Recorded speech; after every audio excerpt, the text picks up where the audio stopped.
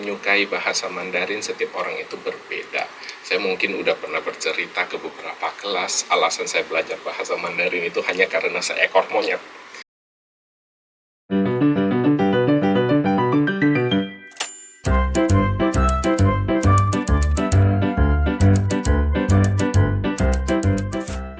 Smallcast, History, informasi edukasi, akan kami tuang di sini. Halo semuanya, nama saya Joanna nama saya Shania. dan kami akan jadi host di Smallcast untuk episode ke-21.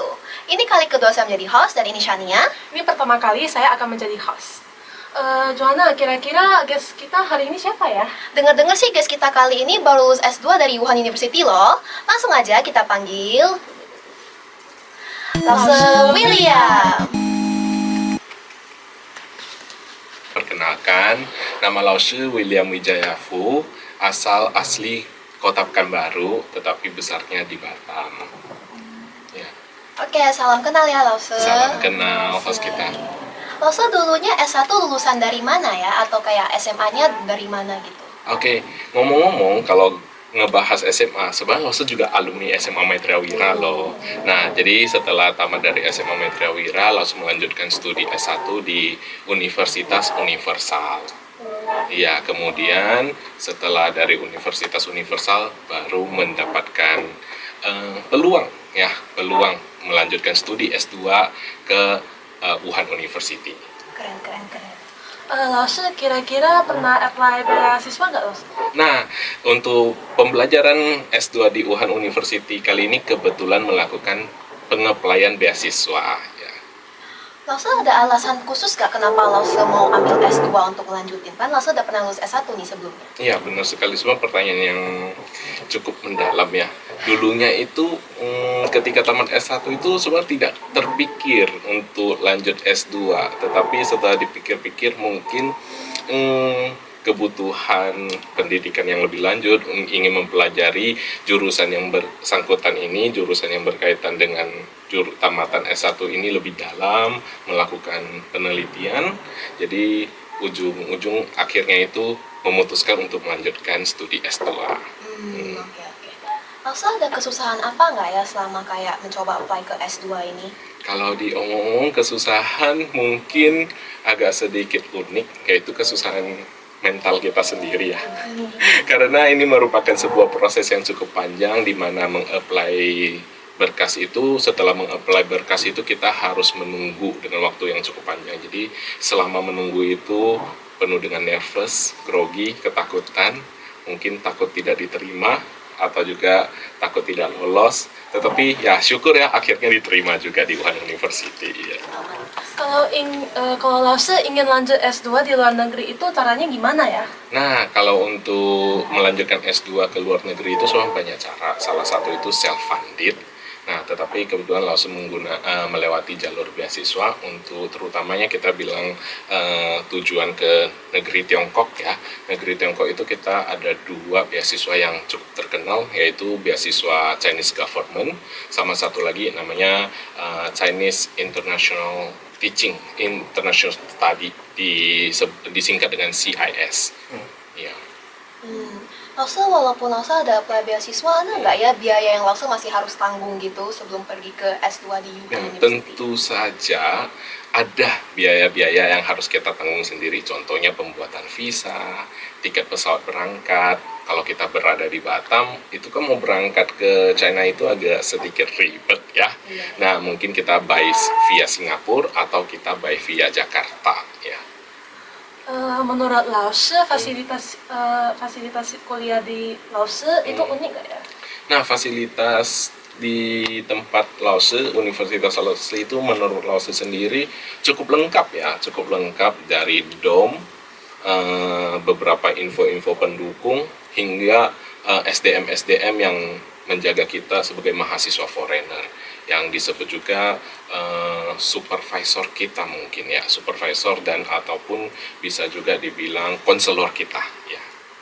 Lause selama S2 di Wuhan University itu Lause ada encounters kayak sesuatu yang menegangkan, yang menyeramkan sebagai Lause kan foreigner kan di situ. Jadi kayak Lause ada ngerasain hal-hal gak enak gitu nggak ya sebagai foreigner di situ?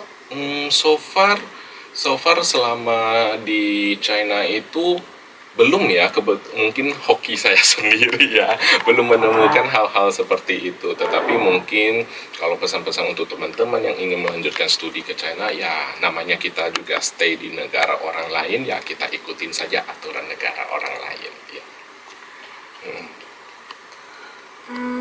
Keuntungan Laoshi selama S2 apa aja ya Laoshi? Nah, untuk S2 karena tadi kita di awal udah menyebutkan itu via beasiswa, jadi tentu saja tempat tinggal itu gratis, saya juga dapat uang jajan.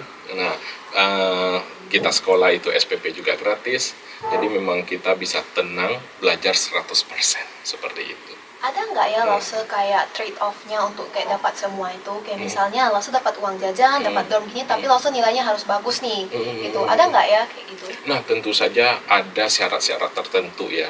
Contohnya Laos ini pembelajaran berupa media bahasa Mandarin. Ya, jadi salah satu syaratnya tentu saja teman-teman tidak asing lagi yaitu HSK. Ya, ujian HSK menjadi salah satu syarat kita untuk mengapply beasiswa. Tentu saja untuk pembelajaran, kalau untuk teman-teman bilang, oh saya tidak pede dengan skill Mandarin saya, apakah saya bisa kuliah di China? Tentu saja bisa. Kita bisa mengapplykan hasil TOEFL kita atau IELTS kita. Ya, seperti itu. Laoshi, kira-kira kuliahnya lebih worth it itu di dalam negeri atau luar negeri ya Laoshi? So, ada plus minus masing-masing ya. Ada plus minus masing-masing. Kebetulan saya berangkatnya kurang lebih 1,5 tahun. Jadi ada di masa itu, salah satu holiday itu saya tidak pulang ke Indonesia. Dan tentu saja kita bisa kangen makanan Indonesia. Itu. Tetapi tentu saja kalau dari segi pembelajaran, menurut saya lumayan worth it kita belajar di luar negeri. Karena banyak hal yang tidak pernah kita ketemui, atau sesuatu hal berupa pengalaman yang baru atau pengalaman yang akan membuka wawasan kita. Jadi belajar di luar negeri itu cukup worth it. Lause kan peroleh gelar MTC Seoul ya kan?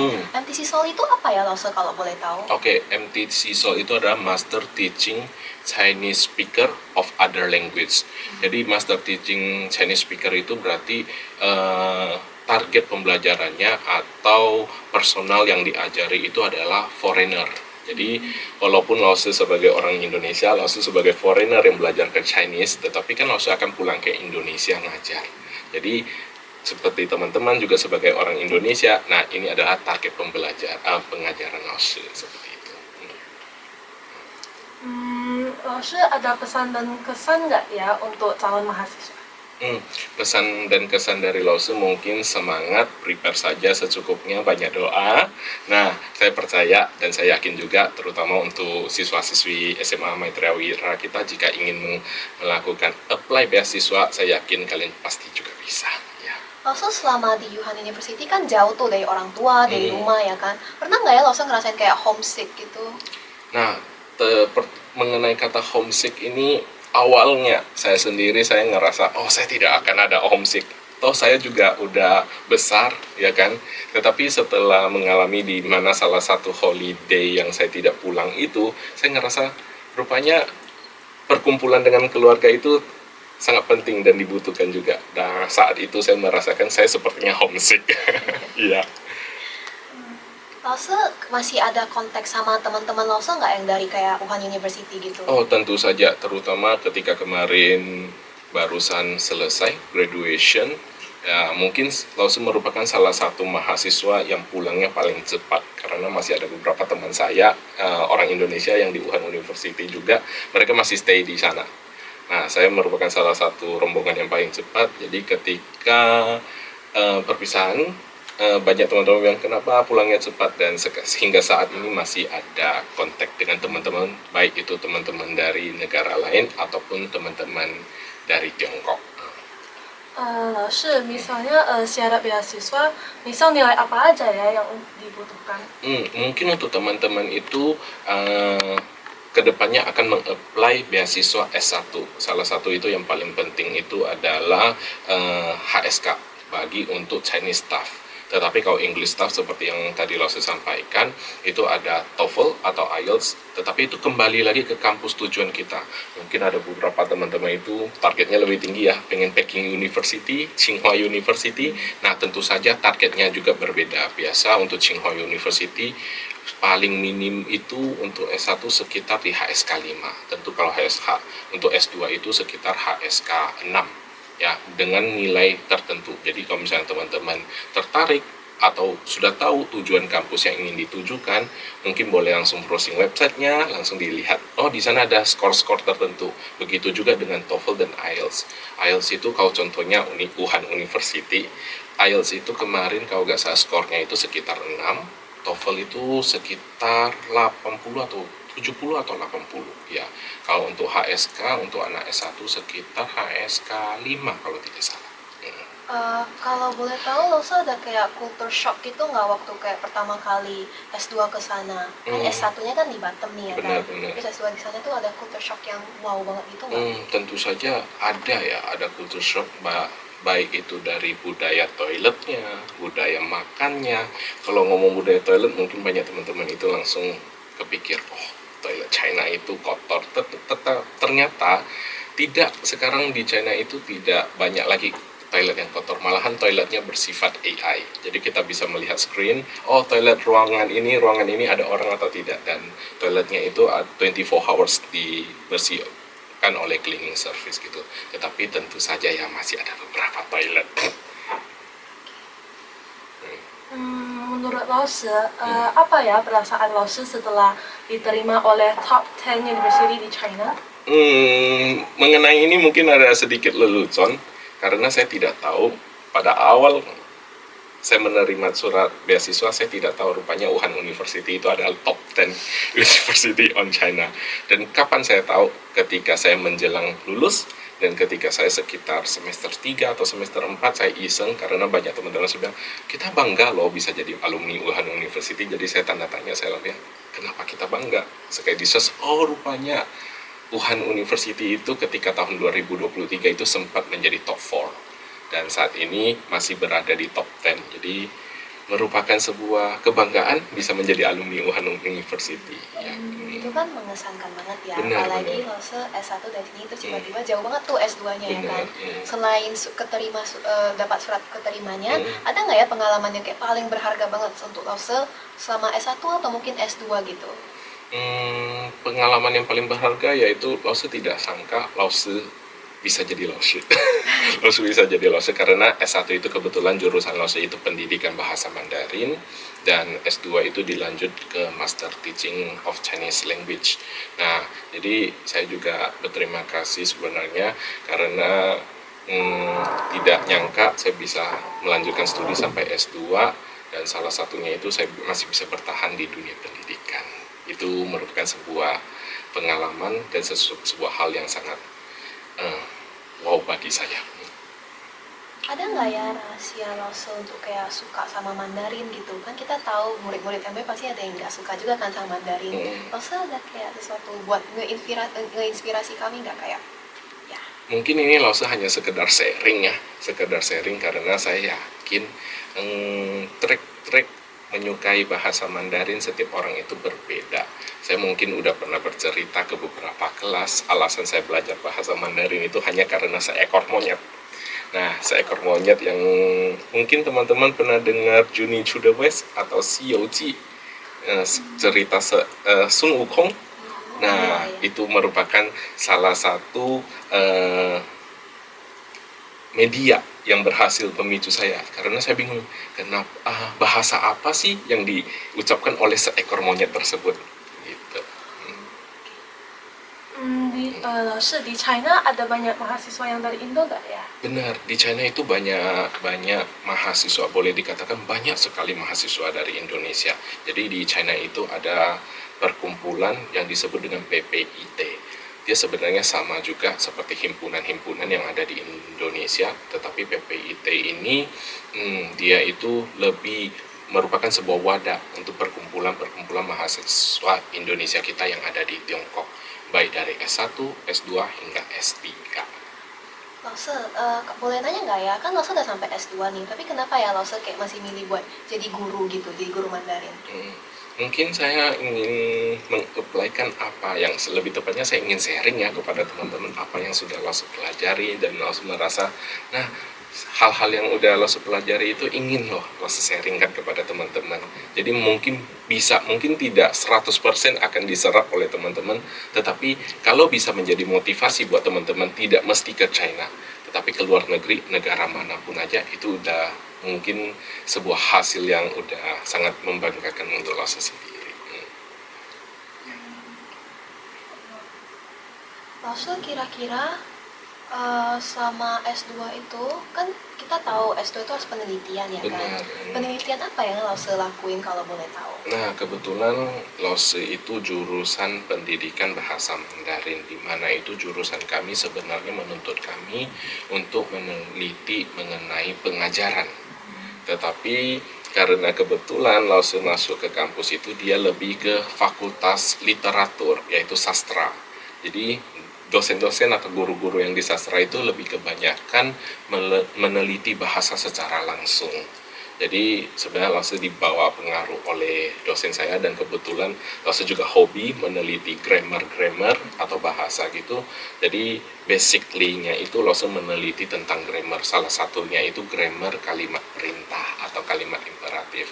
Tetapi karena ada tuntutan, kami harus melingkan penelitian dengan pengajaran, maka bagaimana sih Lause setelah meneliti grammar tersebut Lause terapkan dalam pembelajaran kita.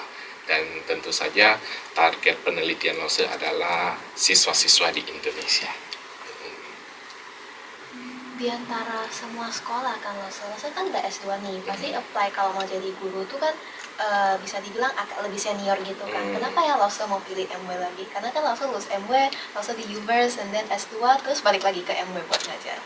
Mungkin ini sebuah memorable ya. Ada rasa kekeluargaan di MW. Ada sebuah rasa kekeluargaan yang memanggil Lause untuk kembali ke MW. Lause, apa ada language barrier selama kuliah seperti yang kita tahu Mandarin itu sangat dalam? Itu apa? Language barrier di sini memang dalam bahasa Mandarin itu sangat dalam. Mungkin salah satunya itu Lause mungkin agak sedikit anti atau bukan anti lah, mungkin menghindar ketika menggunakan bahasa Inggris. Jadi mungkin Lause agak sedikit minder ketika menggunakan bahasa Inggris karena ada kesadaran biasanya orang kalau udah jago Mandarin mungkin Inggrisnya agak kurang atau sebaliknya. Iya kan? Mungkin teman-teman juga ada feeling yang sama. Jadi ketika Lause berjumpa dengan teman-teman internasional dari negara lain, Lause hanya bisa yes or no. Dan kadang ketika ingin berkomunikasi lebih, saya membutuhkan semangat yang lebih juga untuk memulai percakapan itu. Jadi kalau ketika Lause mendengarkan, oh kamu bisa bahasa Mandarin, saya dengan langsung dengan autonya langsung mengganti bahasanya itu, mengganti bahasanya menjadi bahasa Mandarin. Jadi lebih ngerasa bebas atau lebih ngerasa nyaman ketika menggunakan bahasa Mandarin. Tentu saja sometimes kita ketemu karena bahasa Mandarin yang kita pelajari tidak semurni dengan orang Tiongkok, jadi sometimes ada terjadinya perbedaan budaya antara kita dengan orang Tiongkok sendiri.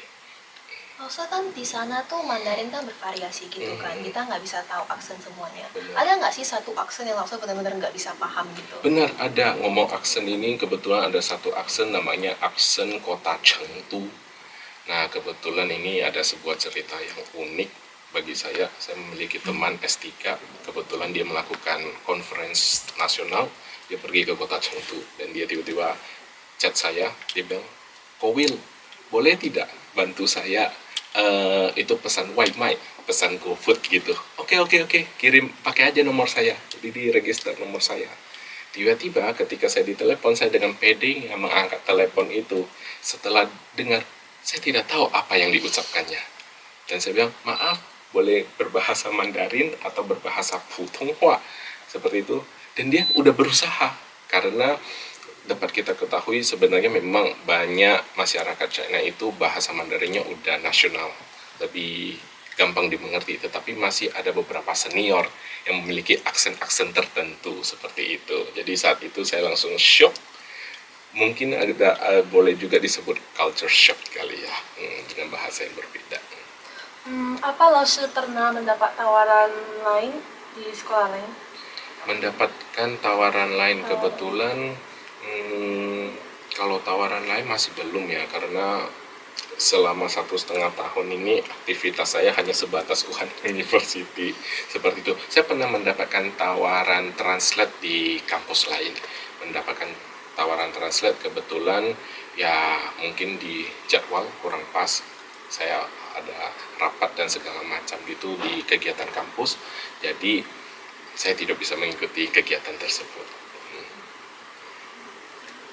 Maksud selama menjalani kuliah itu kan pasti ada up and downs ya kan maksud kalau kita boleh tahu nih apa ups yang paling Maksud suka dan kayak downs yang Maksud mau hindari banget. Ups yang paling Lause suka itu ketika kita melakukan, mungkin kalau dibahasakan ke tempat kita itu adalah study tour ya, karena study tour di sana serba gratis.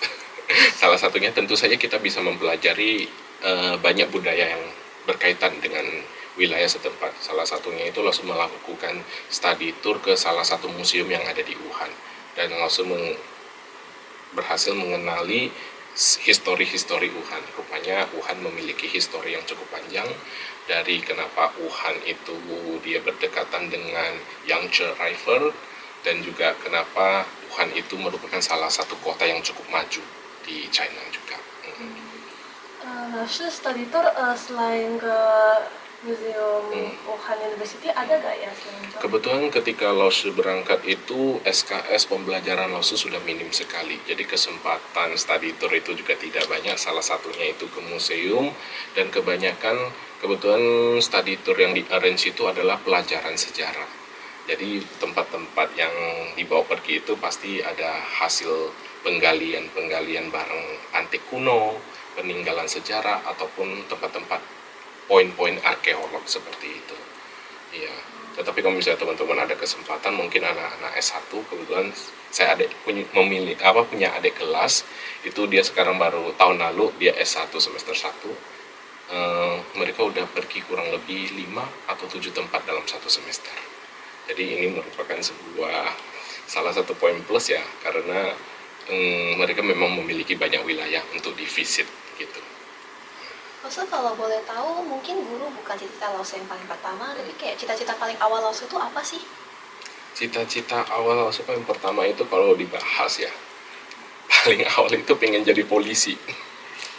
Pengen jadi polisi, kemudian pelan-pelan berubah pengen jadi dokter, kemudian berubah lagi pengen jadi arkeolog, dan itu arkeolog adalah cita-cita terakhir. Harapan Lause untuk Lause sendiri apa ya Lause?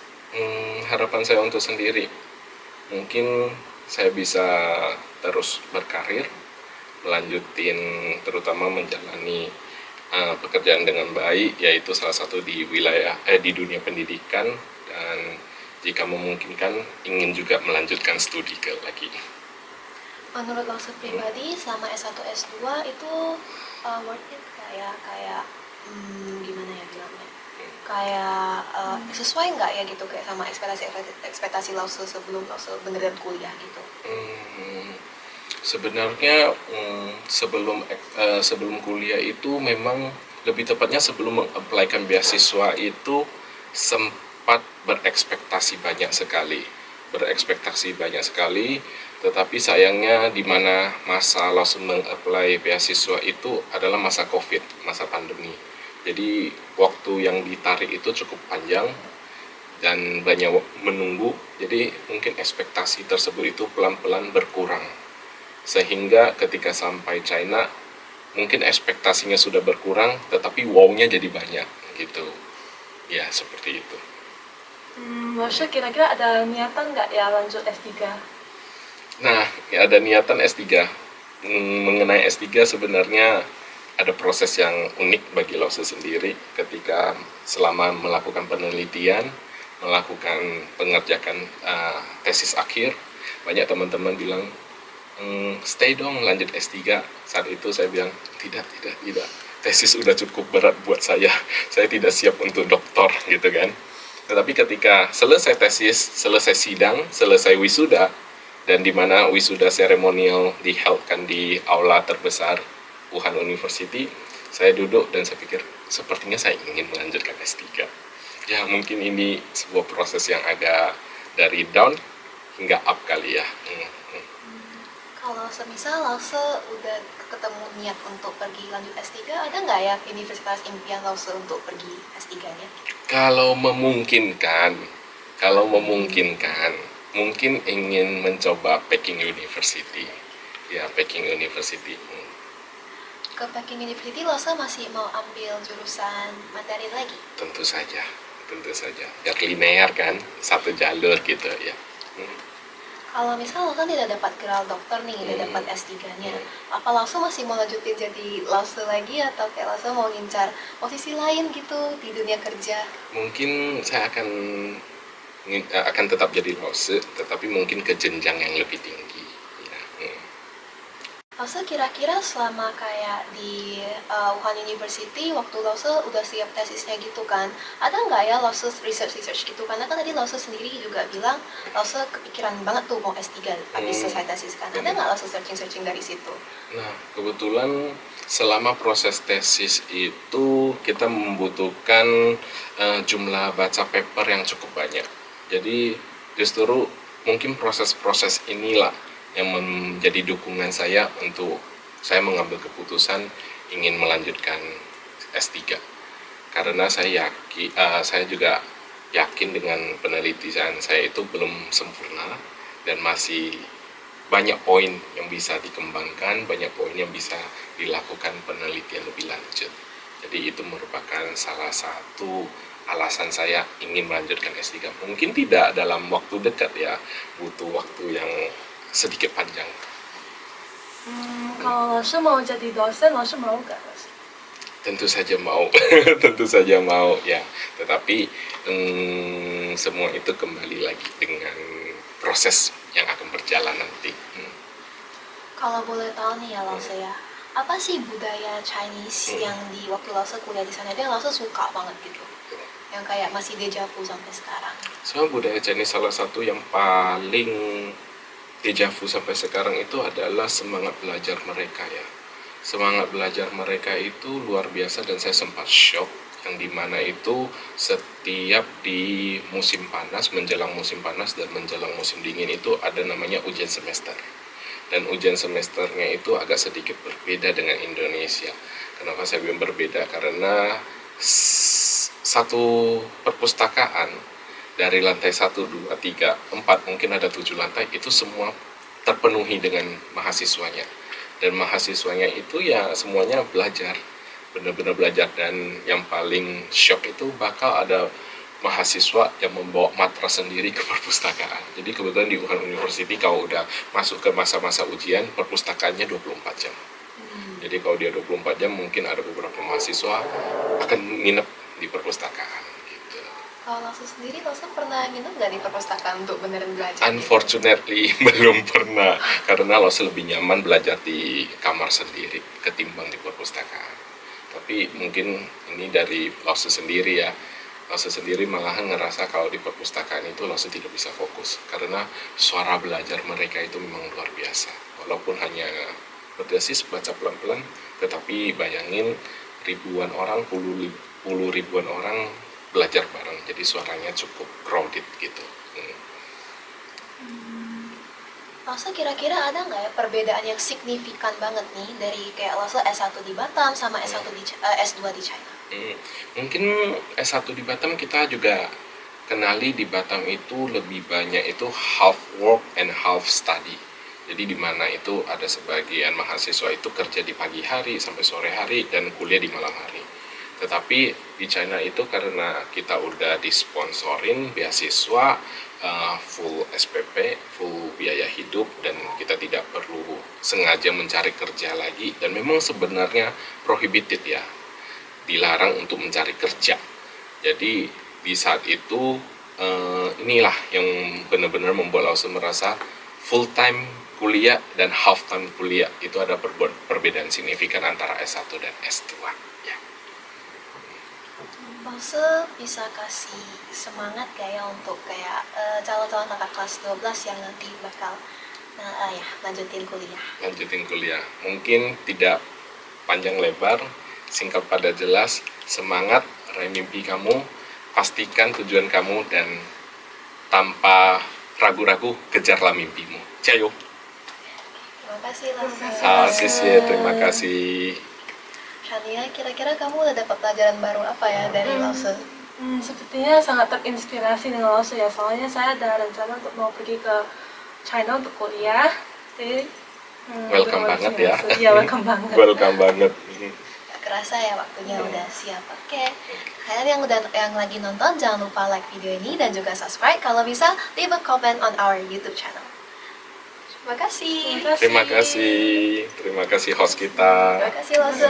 Terima kasih.